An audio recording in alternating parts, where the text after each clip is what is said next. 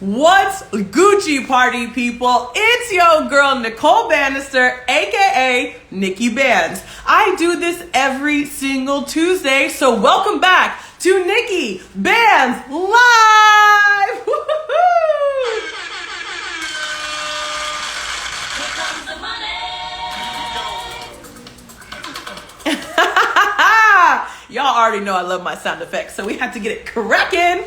What's going on, everybody? It is so good to see all of you cool kids tuning in from all over the world. I'm telling you, there is no show like Nikki Banz Live out there in the world. I'm bringing you guests from Nigeria, from Cameroon, from the United States, from Papua New Guinea. Like, there is nobody in the world who is bringing together the most dynamic activists, entertainers, influencers, and just general dope-ass people like your girl, Nikki Banz. So I'm here bringing you the goods. Shout out to everybody who is tuning in here on Instagram Live. Right now, I see we got T. Spence in the building. We got my mom and dad in the building. We got Christine in the building. We got Kiara in the building. So many dope people. Hello, one. Hello, all. What an absolute treat to see you. This is Nikki Banz Live, and I am your hostess with the mostest, Nicole Banister, aka Nikki Banz. Every single Tuesday, I go live right here on Instagram, bringing you exclusive one-on-one interviews with actors, rappers, dancers, singers, entertainers, magicians. And today, I am bringing you a fitness expert turned reality star, superstar. His name is Durang Atembe, and I am so excited to have him on the show. He is a Cape Town local. I have been seeing this man on the streets for years.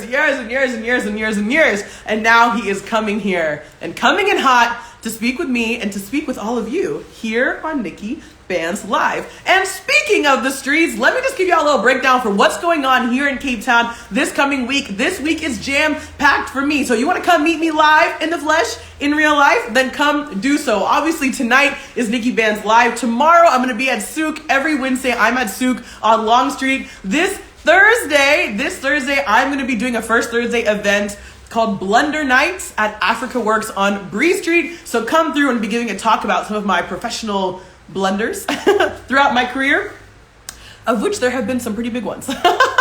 So that's going down on Thursday. And then on Saturday night, I am emceeing an Edition event. It's going to be Hardy Collective's 1 year anniversary. So you already know your girl Nikki Banz is going to be on the mic. I'll be shouting people out in the crowd like, hey you looking good? You looking good? Oh, you want to twerk for me? Hey! That's basically what I do when I'm on the microphone. So hire me for your next event. Ding! All right, everybody, I'm going to give it just a moment to make sure that the man of the hour is coming in hot. So I'm going to give him a moment to join just to make sure that he is good to go. So I'm going to invite him into the chat now, but I am so stoked, so excited. This is going to be great, and I cannot wait to get this party started. Yes, loud. Once again, if you're tuning in here on the live, welcome. Thank you. I love your energy. I love your support. I love that you're here every single Tuesday. This is amazing. And this is just the beginning, party people. Wow. Look who it is. What's happening? What's up, Bill? What's good? How you doing? I'm blessed, man. How you doing? I am so good. I am so good. Welcome, Durang. Welcome to Nikki Banz Live. So happy to have you. So what's up? You good? Thanks for having me. Thanks for having me. That's what I can say. Oh my gosh. Of course. I'm so excited to have you on here today. Have you done an Instagram Live interview before? I haven't been on Instagram Live for like a minute though. I feel like it's been a long time actually being on live though. So it's actually crazy. I don't really do interviews. Well, you're back in the spotlight, my friend. Somewhere that you are no stranger to. Trust me, I am. I am. But I'm excited Oh though. my But I'm gosh. excited. I'm really excited. Yes, How you indeed. been, Well, what'd you say? How you been? I've been so good. You know, it's getting a little cold in Cape Town, so I don't really like that. I'm trying to escape and go somewhere warm, but it's okay. We still got beautiful things to look at, even though it's cold. it's winter now, so like everything's shutting down. So you know. I know, but is winter April in Cape Town? I was waiting till like maybe June. Now this is actually time when it actually starts, though. You know, it's like a funny time, funny period when it actually starts, and it gets worse though. But I just hope this winter's not going to be as bad as last year, though. You know, luckily we have the whole COVID thing free, and COVID's a bit away. You know, it's a bit of freedom. So yeah, I can still get about out. Yeah. Yeah, I think we'll be better off this year for sure. We're gonna manifest it. We're gonna make it happen. That Cape Town winter Definitely. won't be so bad this year. That's what I'm thinking. What do you think about that? I'm positive about it. I'm very positive. That's the move. That's definitely the move. So, Durang, I always like to start every episode of NIKKI BANZ Live by telling all the guests who are on the Instagram Live here or watching the rerun on YouTube. I like to tell everybody how I know the guests who are on my show. So, Durang, you and I know each other literally just like from the streets, like, like for years, like for like 5 or 6 years. I've just been seeing you on the streets at different parties, like. I'll see you at Caprice, I'll see you at Souk, I'll see you at Coco. Yeah. Like I just see you on the street forever and ever and ever. And it was literally like only in the last. You try to tell me where they can find me. You try to tell me where they can find me. But yeah, that's true. That's true. That's true. Am I divulging secrets? Do you not want people to know you're on the streets? Nah, it's cool. Don't worry about it. I am on the streets though. I love going out when I can. I think it's just it takes me it takes my mind out of work. You know, when I'm out working, it's like I'm young too, you know, so it's like there's nothing wrong getting out, you know. Yeah. But yeah. And you're actually really young. Like, how old are you? People let me get it wrong. I'm actually 24. People get all kinds of ages and stuff that people think like 30, 28, 29, which is good though. Like, I can tell I'm actually taking care of myself, you know, which is really good. Like, I don't really get offended. I always laugh about it, you understand? When people are like, yo, how old are you? I'm like 24. They're like, wow. It's crazy. When I was 24, this and that, and that, I'm like, yeah, okay, cool. You know, it also makes me think that, you know, me being this young, I can actually be very proud of myself, you know, doing things I do for my age, because people that was my age was not doing the things I was doing, like my parents too, for example. So I'm happy. I'm happy about that. Yeah. You should be happy. You have accomplished so many things. Not only are you an incredible personal trainer and fitness expert, you have aired on a reality TV show. You have graced the cover of Men's Health magazine, and the accolades just go on and on and on. You know, you've done some pretty incredible stuff for 24 years old. But before we get into all those things, I wanna take it back. I want to take it way, way back. Let's take it to young Durang. Young Durang. All right, you're originally from Cameroon, and then you moved to South Africa when you were quite young. So talk to us about that journey, leaving Cameroon, coming to South Africa. What was that like for you, leaving one country and going to another? Well, for like every African or person that's, you know, from a different country, from a poor country where I come from, moving to South Africa was like a better opportunity, you know, for my family, for myself, in terms of education, in terms of just living a better life. So I moved there when I was very young. I think I was about like, I can't remember, man. But I moved there. We first moved to Mitchell's Plain. It's a little, you know, plane. And we lived in a little garage. Okay. We lived in a little garage. But I was too young to think about so many things. You know, my parents was going through a lot at the time. Trying to obviously make a better life for me and my older brother at the time. Frank wasn't born. My younger brother wasn't born at the time. And then we moved to Para. And that's where we stayed. That's where I call like in Cape Town my home. That's it's in the hood. And yeah, it was never easy.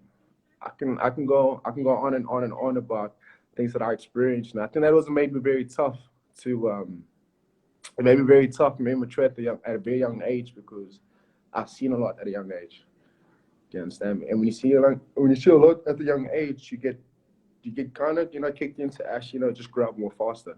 And I think that's like every West African guy or every man that's through with so many things in, like, you know, you learn to get more mature.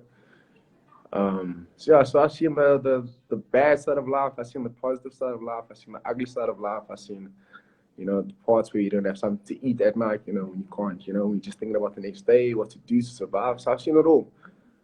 So nothing really shakes me, you know. That's why when when I experience so many things, I don't really get moved by it because I feel like, you know, I was born to actually, you know, kick those things out, you know. So yeah. Yeah.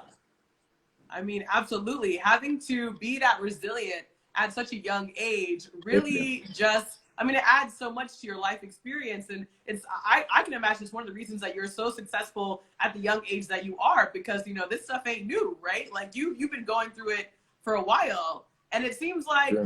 one of the things that was really like an outlet for you as you were growing up, as you were navigating the transitions of different countries and living in different parts of Cape Town, it seems like sports, you know, was one of those things that really helped Yeah, you to so if you navigate. live in the hood, right, there's four things you kind of make it out. So you either make it out through education if you're very smart, or make it out, sorry, or you go through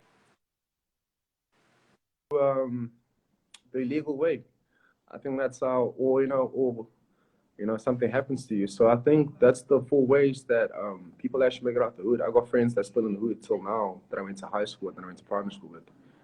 And I don't blame them. You know, I was just lucky to have a good opportunity, and I was just very blessed to be very good in sports and academics. They got me out of the hood. So yeah. Yeah, 100%, 100%. Well, talk to us a little bit more about your sports career, because I think, I mean, from what I've read and from what I understand, your sports career is what has helped you launch, is Definitely, what helped you launch into this fitness expert and PT that you are definitely. today.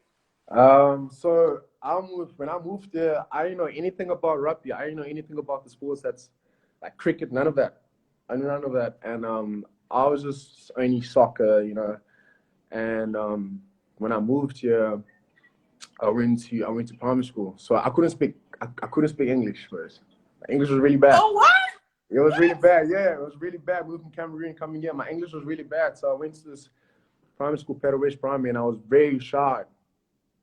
I was very shy. I felt like I was out of place because everyone was just like doing their thing, and I'm just like, I can't speak. And I felt I was very different. And I had this coach of mine, Coach Franker, and he just told me I was big. Like I was big from the race, and he was like, "Yo, like you got a good physique. Why don't you play rugby?" And I'm like, "Hell no!" I'm like, "No." Yeah, you're So like, what is that? yeah, I was first like, "What is that?" And I actually watched them play, and I was like, "No, these people are killing each other. You know, like people jumping on each other. It's aggressive." And I was like, "It's not for me." And things were not going well for me in terms of soccer, and I wasn't that good. I tried to convince myself it was good, but I wasn't that good. And then he came to me once, like I remember I walked home. I know I walked to school from home. It was a rainy day, and it was raining heavy. And I was like, "Oh, soaking wet." And you drove past because it was late for school too. And I was late for school because I had to tell my mom it's a different scenario, whatever. Um, and he picked me up and he spoke to me like, but he spoke to me like a very like he cared, you know. He spoke to me like he really wanted to know more about me. And he said you should give it a try. And I looked him in the eye and I'm like, okay, cool. First week, the next week, I went to my first practice. Didn't like it at all. I ran away from it. I was like, nope, it's not gonna happen. And then he was just so consistent about just me trying the sport out until I actually gave it a try. And I just told my mom, you know, like I'm gonna give it a try, which my mom doesn't know anything about. Like this is West African mom. They're like rugby. They're like what? Like what's going on? Yeah. But then I gave it a try. And to find out that I was actually really good in it, though. But it took a lot of practice. It took a lot of practice, and it also better my English too, because now I had to communicate with the others, you know. Right. And I made friends, too. So that kind of just made me feel like really good at the time. And then I have so many things, man. And then I got better, and then I kind of had a scholarship, then went wrong, and then I was going through a lot, depression at the time, like very young. And this is like I'm like this. Oh, rugby, better life, opportunity, you know, to feed my family, so many things. Okay, I'm young now, I can do it. I have a full-on scholarship. I'm going to a good school. Boom, like something just happened, and I was like, I just kept on asking myself, like, why, you know. But I kept going until I had that scholarship. And then I got that scholarship, went to Master College in KZN. And then that's where I actually took it to peak. That's why I took it to peak and said, okay, cool. You know, there is a God. You know, I believe there is someone that's actually watching me. You know, it's actually seeing the sacrifice I'm doing. It's actually seeing a harder work. You know, it's watching. You know, so that's what happened. Wow, wow. I mean, you can tell us all the ins and outs and twists and turns of the It's stories, my so friend. This many, is man. your I tell you, hour it's to so long. shine. Yeah, it's way too many.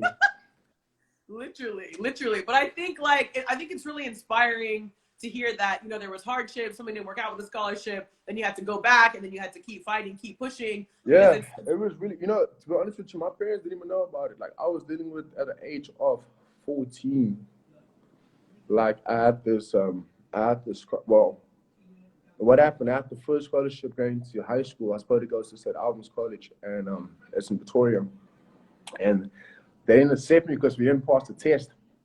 But what they did is that they never told us before school started, first high school started, grade 8 started. They told us, like, I mean, school started already. So I'm like waiting in the hood, like, you know, oh, I'm going to go to a good school and everything. And the next thing, just call my parents, like, listen, we're not taking Durang. Now I have no school to go. I had no school to go to. I oh was no. like devastated. I was like, man, I have no school to go to. All my friends went to good rugby schools that I was supposed to go to, that I had a scholarship to go to. And I felt like it was a downfall for me. But then what I did is after, there was a school called J.G. Marion in Goodwood. And they took me to go study because I had no choice. I had to go to school. And when I went there, the rugby wasn't really that good. Education wasn't really that good, you know. But I made good friends. But it was just not a good school. It's a good school, but it's not a good school for. I didn't see myself finishing matric in that school. I didn't see myself Yes, playing yes. rugby in the school because I feel like the rugby wasn't really good enough for me. So what I used to do things illegally. I used to go play for another school in Tafelberg. That was like 35, like other side. Like this is we're talking about northern suburbs now, okay? And the school's in Okay. Goodwood, and I have to go back to the northern suburbs. So what I did is that my mom used to give me like pocket money every week. She used to give me like 50 rand pocket money. That's for me to take a taxi from Para to Goodwood. Uh-huh. And what I'll do is that I'll leave the house very early and I'll walk to Goodwood. Now I walk to Goodwood, right? With a different school uniform. Bear in mind, my other school uniform is in my bag. And I'll go to school. I'll literally have like something, a little thing to eat because I remember like I have 50 rand for the whole week. That's for me to go back and forth. Yeah. Oh my gosh.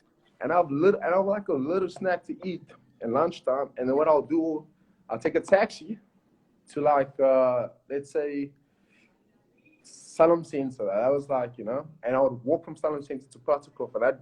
And I'd done that the whole year. And What? yeah, I done that the whole year. She didn't know about it. She didn't know about it. You know, like they look at this West African parents, they working the whole time. They're not thinking about what's happening around the house. You understand me? So I done it the Wow. whole year. I done it the This is whole year. The wild. next Yes. thing, yeah, I done it the whole year.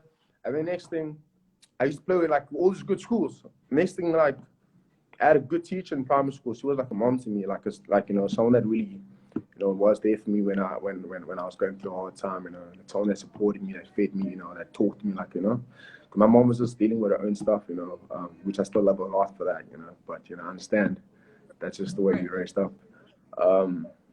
And actually, my mom, she got this call like, "Hey, this is the rainbow, you know, from Cape Town. You're trying to make me have a scholarship." But you know, I come back home, my parents are happy. Like my dad, my mom is happy. I'm like, what's going on? And my older brother's like, yo, there's a schools that want you. And I'm like, I literally just started crying because Wow. off me, you know, like Oh.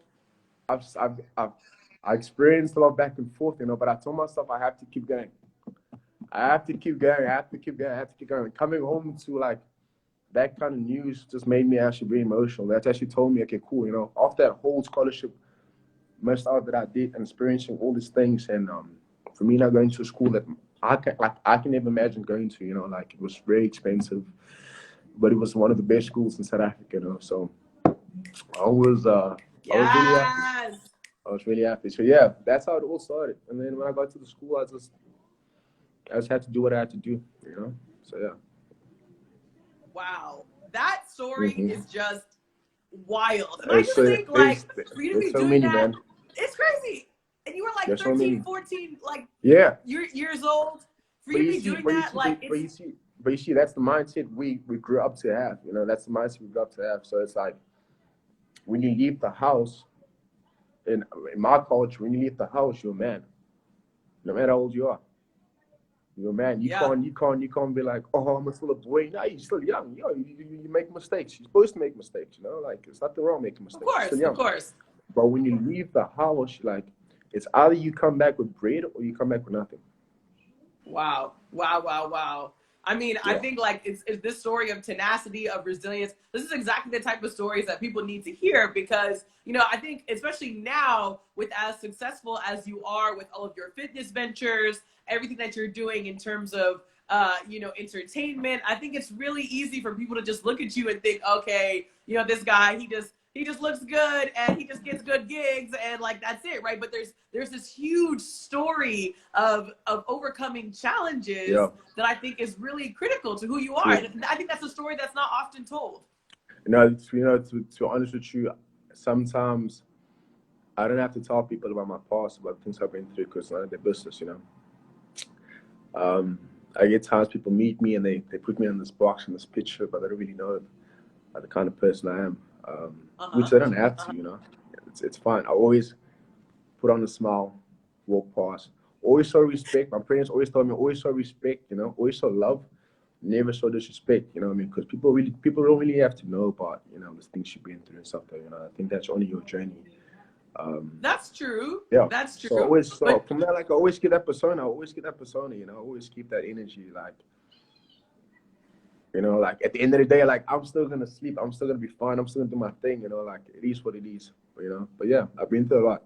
I've seen a lot. That's true. But I see people commenting in this chat saying, "Thank you, my brother. Thanks for sharing." People are saying all sorts of good stuff in the chat for you sharing your story. Oh, my younger brother's a great. Oh, what's up, little bro? Yeah, Frank, what's up, man? Yeah.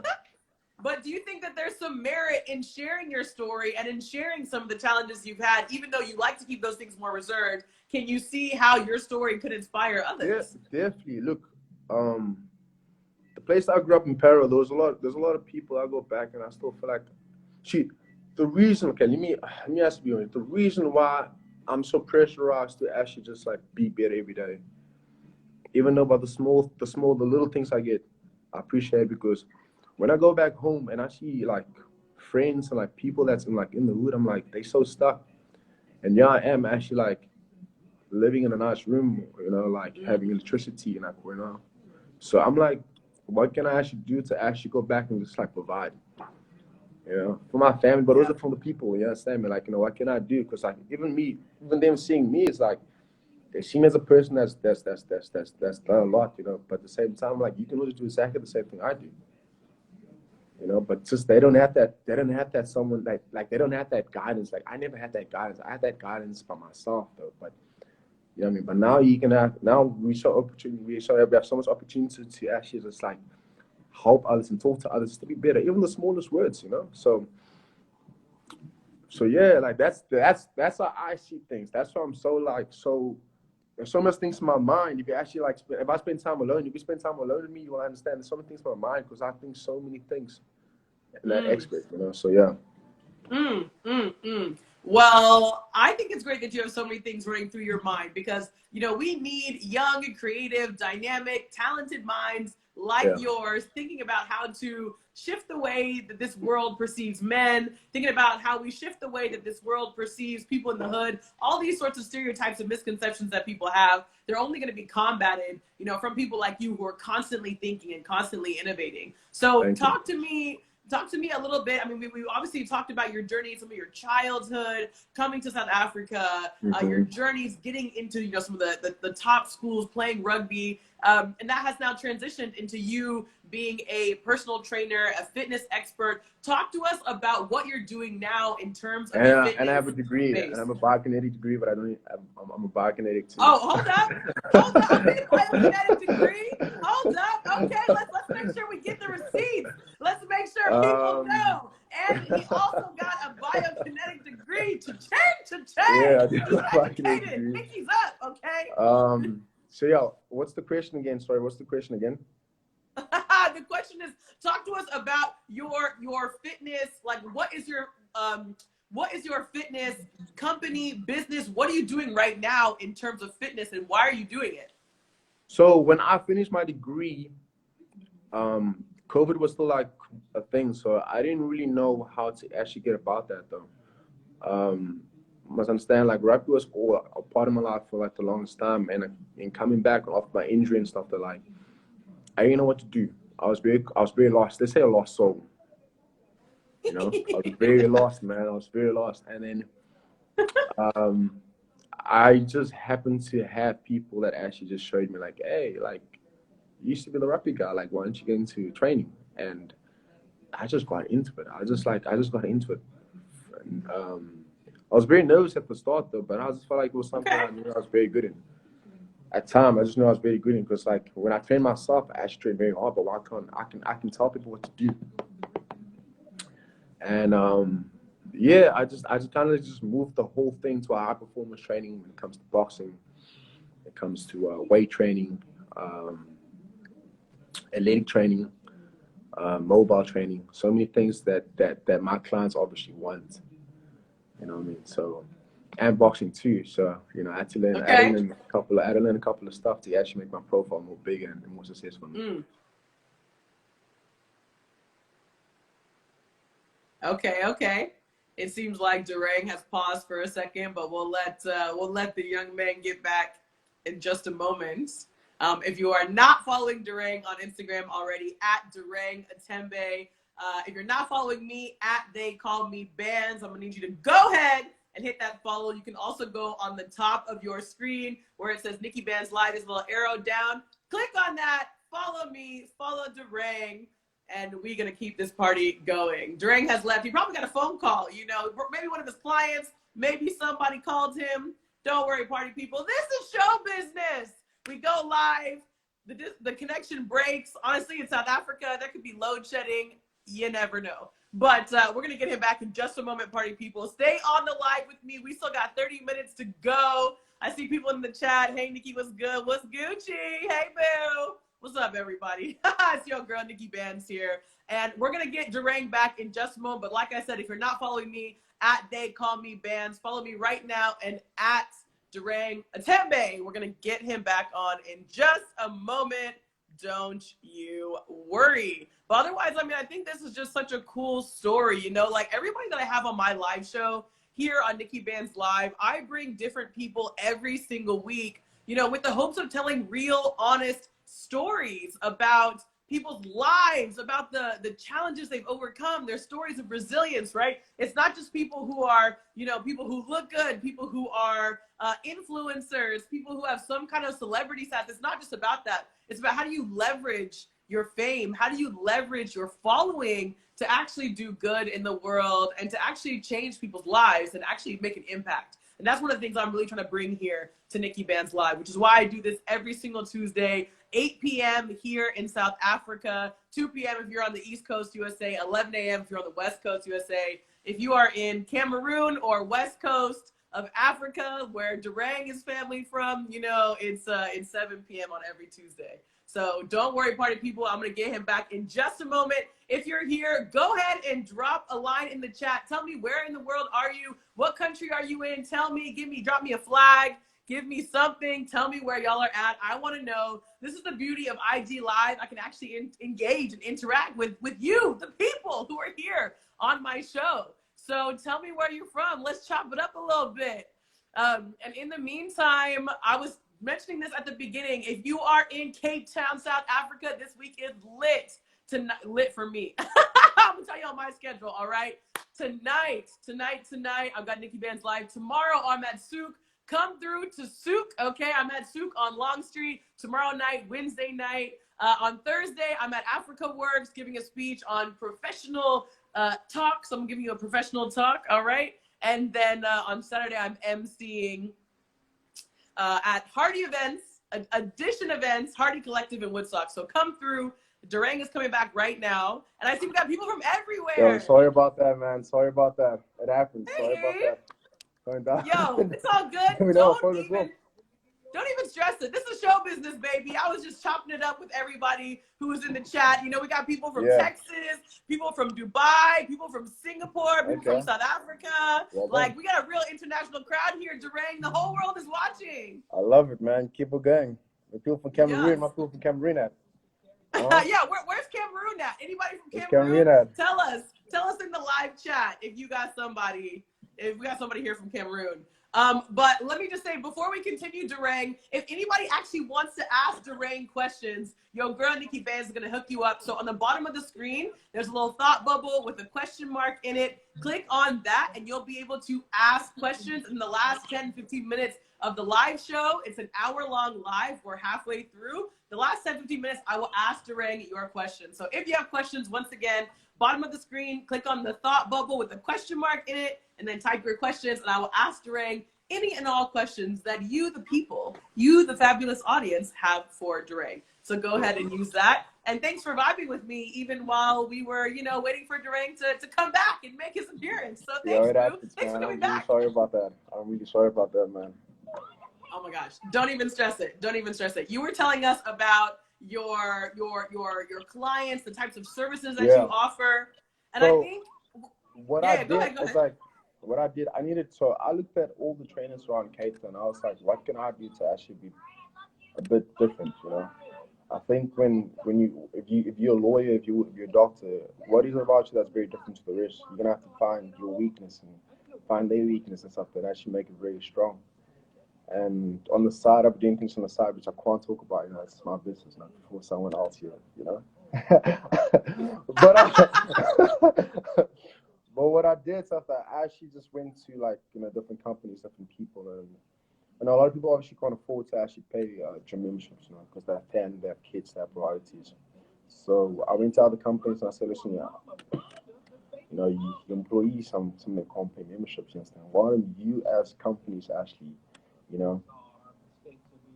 pay off for them? You understand me? You guys have like a company budget. You understand me? I'm literally giving you like a whole little discount for how many people you bring. And that's what I did with the whole COVID thing. And I just like split it out with different companies like KPMG, so many things. And that's been happening. So yeah. I love that. I love that.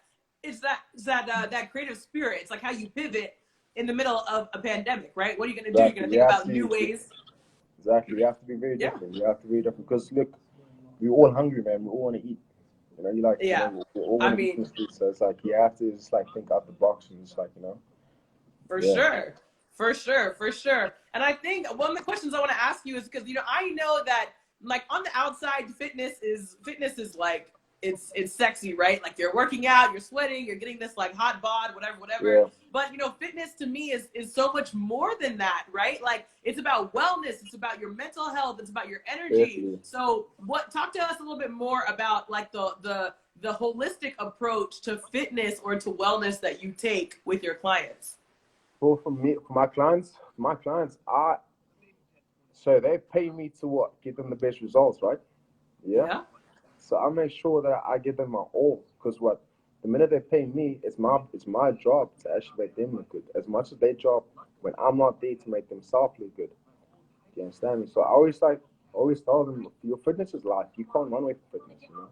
True. It helps you in and out mentally, stably, emotionally, physically. Do you understand me? Like it makes you feel good about yourself. People that's going through depression, going through a phase in their life, it makes you really, really feel good about yourself. So I'll tell them, I can only do this much. We're all very different, but what I can give is what I can give. And I can see if I see the results, I'm really happy. Even if a client comes to me like, oh, listen, I can't train her anymore, but she can train herself, I'll be very happy because you know what? I made her actually get to her face where she's like, hey, you know what? I'm so confident to actually train themselves. So that makes me very happy as a trainer too, And for myself, and obviously like well-being, like training, fitness has always been my life though. So it makes me feel good, It makes me think sometimes like having a long day, taking all the stress out in the gym, coming back, and I can just be like, Yes, I can think yes. about tomorrow. No, Yeah, I feel that. Like whenever I'm having a stressful day, if I'm like if I'm anxious, if I'm nervous, if I'm stressed, like if I have a big call coming up, I'm like, you know what? I'm gonna sweat it out a little bit. Let me just work out a little bit because take it it out. eases that stress, makes you feel Take it comfortable. out. Yeah, take it out at the Yes. gym. So for me, how I deal with certain things, like when I'm stressed, when I'm going through a lot of stuff, the gym's my hideout, you know, like it's my place where I just Yeah. like put my music on in my own zone, and I'm just doing me. Yeah. And that helps me. It helps me a lot mentally. It really helps me a lot mentally. So yeah. Yeah.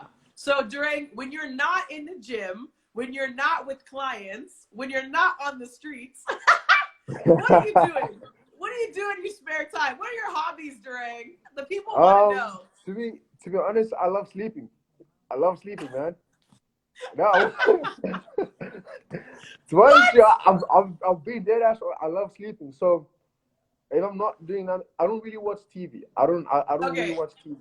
Yeah, I don't. I'm not really a TV guy. Yes, I like being at home, but at the same time, it's like in the week where you just like work so much, like you need to get out a bit.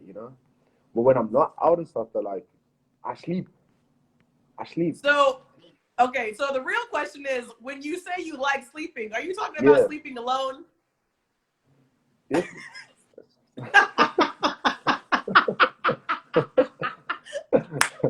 I'm just saying. We Nothing all wrong. know what.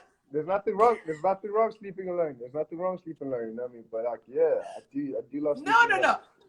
There's nothing wrong with sleeping alone, but I'm going to use this moment to pivot to your reality show because we because this is fun. This is fun. We got to talk about like yes, there's a Go fitness for it. piece whatever, but you also had this crazy run on the show Love Island. Mm. You were on the first ever spin-off here in South Africa on Love Island, South Africa. So before we get into the shenanigans of the show itself, how did you get onto the show? Did you audition? Were you called to come in? How did that work? No, I actually didn't audition. What happened is that um, I first got an email, but I didn't read my email, so they called me. But at the time, I was dating my ex. So it was not fair enough for me to actually be into the show. It was really bad, though. But the things was happening between us that was not really like that positive. And then when we broke up, they called me again. And I first said no. I said no twice because when they called me, it was like fresh out the relationship. So I wasn't really in that mind space to get into something Sure. that's. I think it was not fair enough for her to, despite myself, it would be not fair enough for her. And then I literally had like 2 months, 3 months. But in that month of me breaking up, in that 2 months of me breaking up, I was going through like pits, man.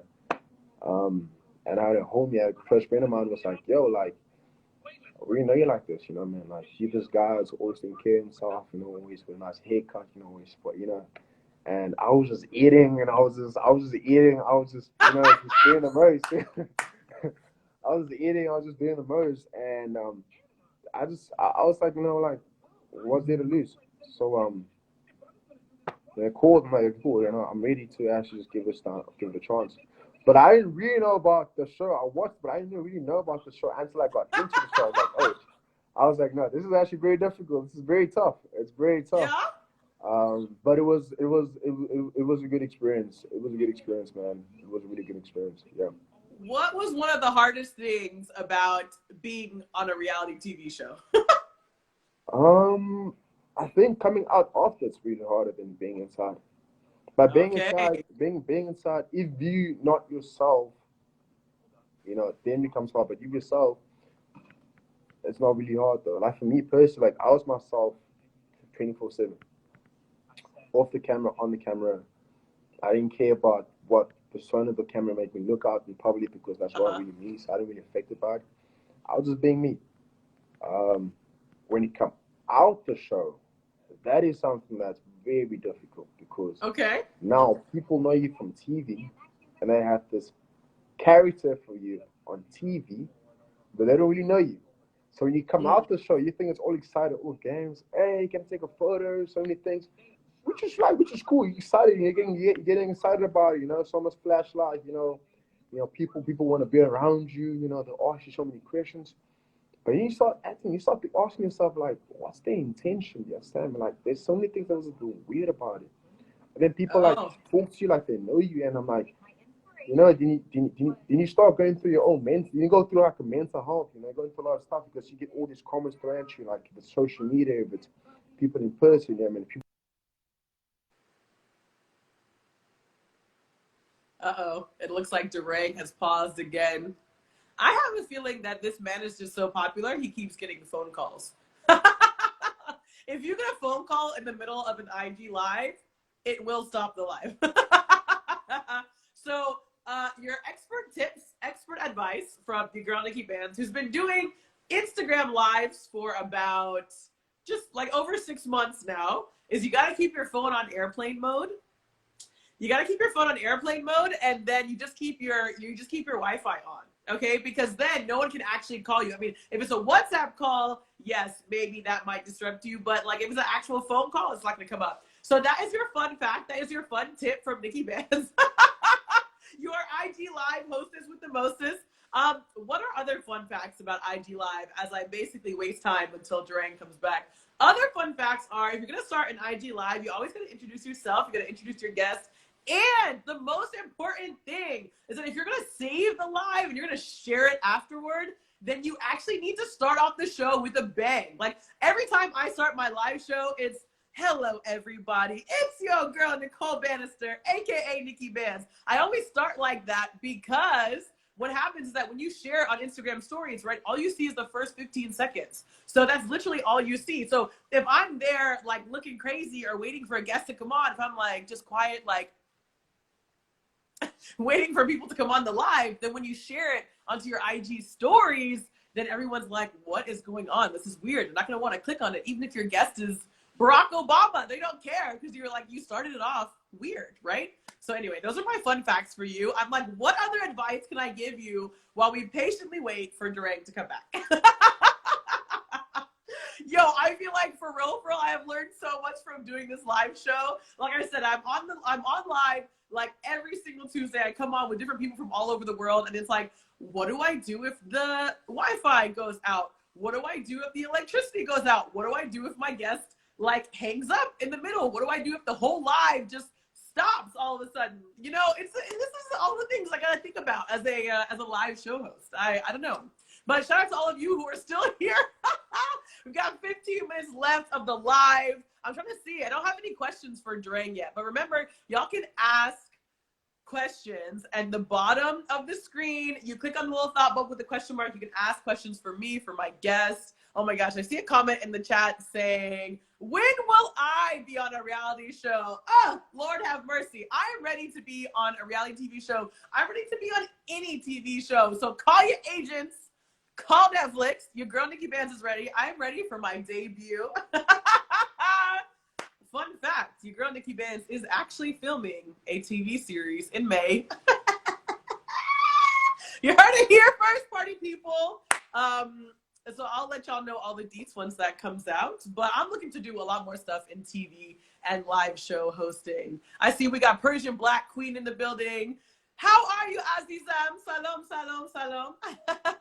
I love seeing all these amazing folks who I know who are here.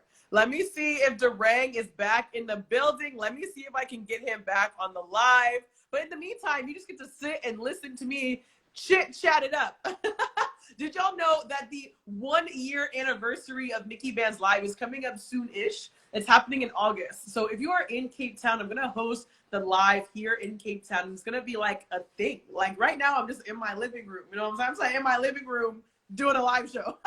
This is my wall. This is my plants, okay?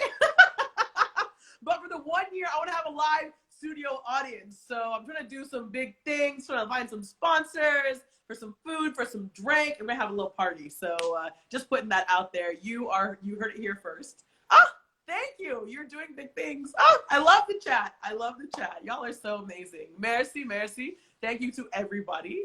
I'll give you another couple of minutes for Durang to come back. But once again, if you have any questions, if you have questions for me, if you have questions for Durang, just go ahead and drop them in the chat right now. I'm looking at the chat. I'm monitoring. I'm trying to see what's going on so that we can just keep it moving and keep it popping. This jacket, I see some of y'all commenting on the jacket. Yo, this jacket is from this amazing South African designer, Mr. Wale Mandla. This is a dope jacket. I mean, you can see me coming from a mile away between my neon or like my neon yellow sleeves and my hot pink lips. I'm pretty sure y'all can see Nikki Banz like from another country. I'm radiating. Some would say I'm glowing. Can y'all just, I'm just cracking myself up here because what else must I do as I wait for my guests to come back? I don't know if y'all were there in the very beginning of Nikki Banz Live. One of the first guests I interviewed in the very first month, her name was Shiki Karuka. She was this amazing dancer, this amazing show host. She has a radio background. She was so dope. And we got the times wrong on the live. She was in Kenya. I was in South Africa. So she was just straight up like 15 minutes late to the live. And so I'm sitting here like, okay, waiting for my guest. Okay, waiting for my guest. And then there were so many people from Kenya that I knew that tuned in that one of her friends actually messaged her and was like, yo, Chiki, Nicole's on the live. Where are you at? And then Chiki was like, oh, shoot. Like, I thought I got the times wrong. So, you know, it happens. It happens to the best of us. It does. It does. Okay, I'm seeing some really cool comments. I see Treasure Willondia says, I swear I so can relate to Durang a billion times. The West African literally went through the same thing. I actually got to see Durang for the first time 2015 when your college was playing against Westville. Yo, that's cool. That's really cool. It's so good to see people who know Durang, not only from this life that he's cultivated now, you know, as a trainer, as a fitness model, all these things. It's really nice to see people who actually grew up with him and who know him from back in the day, back when he was hustling and, you know, sneaking off to a different school to compete unbeknownst to his parents because he had this dream and he had this vision. I'm not saying that you should do things that your parents don't know about. That's not what I'm saying. Kids, stay in school, kids. But what I am saying is that, you know, when you have a dream, when you have something that you believe in so deeply and so passionately, it's up to you to do every single thing possible to follow that dream. And I think that's really, really special. I think that's something that's like to really be commended. So I'm inviting Durang to come back. If he doesn't come back in the next like 3 minutes, then we just gonna call it a day. But you know, it's all good. I'm always like so excited about doing this live show. I do this every single Tuesday. Last week I had on one of the top YouTubers in the world. Her name was Michelle Kare, and Michelle Kare is this incredible athletic female YouTuber who does these crazy videos that no one, man, woman, however you identify, no one is doing videos like Michelle Kare is doing videos. She's literally creating these YouTube videos about her training like an FBI agent, or her training like an Olympic figure skater, or her training like a Victoria's Secret, you know, model. It's just wild, the things that she puts her body through, the physical, emotional, and mental challenges that she overcomes. And I had the absolute pleasure of interviewing her last week. So every single episode of Nikki Banz Live is on my Instagram. If you ain't following me yet, follow me right now at They Call Me Banz, B-A-N-Z. Go to the top of your screen, click on the little arrow down, click on that, click follow, and you can follow me. Durang's Instagram is at Durang Atembe, D-U-R-A-N-G A-T-E-M-B-E. And subscribe to my YouTube channel, yo. Sometimes you don't want to watch the rerun of Nikki Banz Live on Instagram because you're literally just seeing, like, you have to like have your phone open and out, right? But you can watch it on YouTube. Just subscribe to my YouTube channel. Literally just type in Nicole Banister and you will find me on YouTube, and I upload every single episode of Nikki Banz Live there, so you can watch it there. So please do that. Yeah, I see a question in the chat.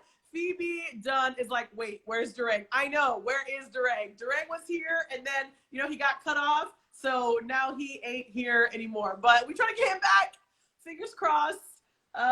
Inshallah, he's coming back soon. Speaking of inshallah, Ramadan Kareem to all of my Muslim brothers and sisters. Ramadan started over the weekend, and shout out to all of you who are fasting, to those of you who are breaking your fast while watching Nikki Banz Live. If you're on, you know, the African or Asian side of the world, shout out to all of you, and shout out to everybody who is participating in the holy month of Ramadan. So Ramadan Kareem, Ramadan Mubarak, however you say Happy Ramadan in your language and your culture. So yes.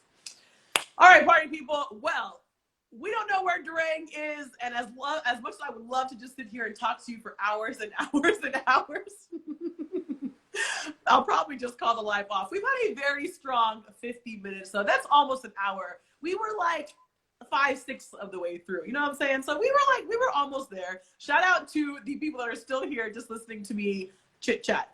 If you want to just listen to me chit chat, come to Blunder Nights on Thursday at Africa Works, or come to Edition Events 1-year anniversary on Saturday night. I will probably be doing less talking at Edition Events and more screaming. Because my MC style is a little bit like, yeah! I always tell people, I say, just give me a microphone and I will make magic.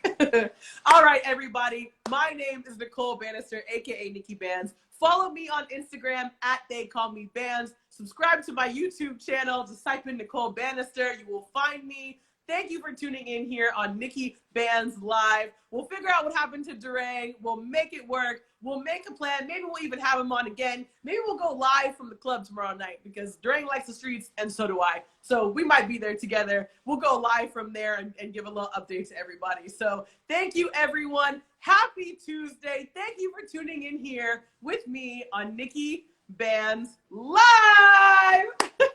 Bye, everyone.